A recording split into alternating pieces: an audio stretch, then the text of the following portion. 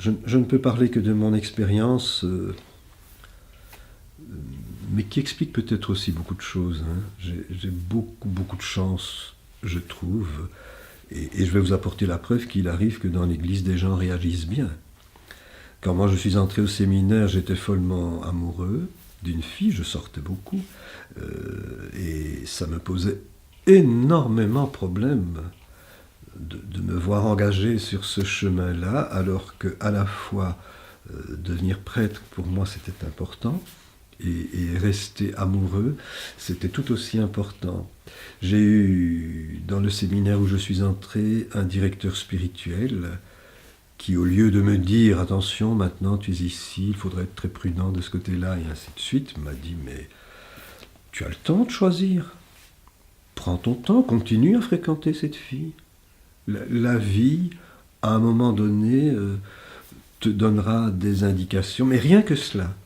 Rien qu'avoir un directeur spirituel qui ne vous cadre pas de manière castratrice, mais qui est très serein devant cette question, ça a été formidable pour mon propre chemin personnel. Et à partir de là, je me suis juré que, comme prêtre en tout cas, c'est presque un engagement solennel que je prenais, jamais les femmes ne seraient à distance, que je n'aurais jamais une relation anormale ou d'une fausse distance, que ce serait vraiment tout à fait naturel d'avoir des amis. Mais j'ai eu une très très grande chance, hein, moi, quand j'ai fait mes études au grand séminaire de Liège, à 11 heures du soir, c'était tout à fait normal que des étudiantes soient dans notre chambre de séminaristes, comme si nous étions des étudiants normaux. Mais quelle chance! Je ne remercierai jamais assez les études dans mon grand séminaire de l'époque. C'est impensable aujourd'hui. Enfin, je ne crois pas qu'il y ait beaucoup de séminaires aujourd'hui où à 11 heures du soir, des copains, séminaristes avec une amie, soient là dans la chambre comme on le ferait en ville, à l'université.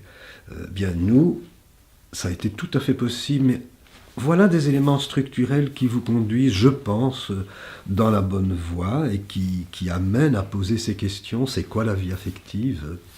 Peut-on avoir une vie affective lorsqu'on s'engage dans ce métier-là, qu'elle soit équilibrante? Eh bien, moi je l'ai vécu, et jusqu'aujourd'hui, je constate que c'est une aide formidable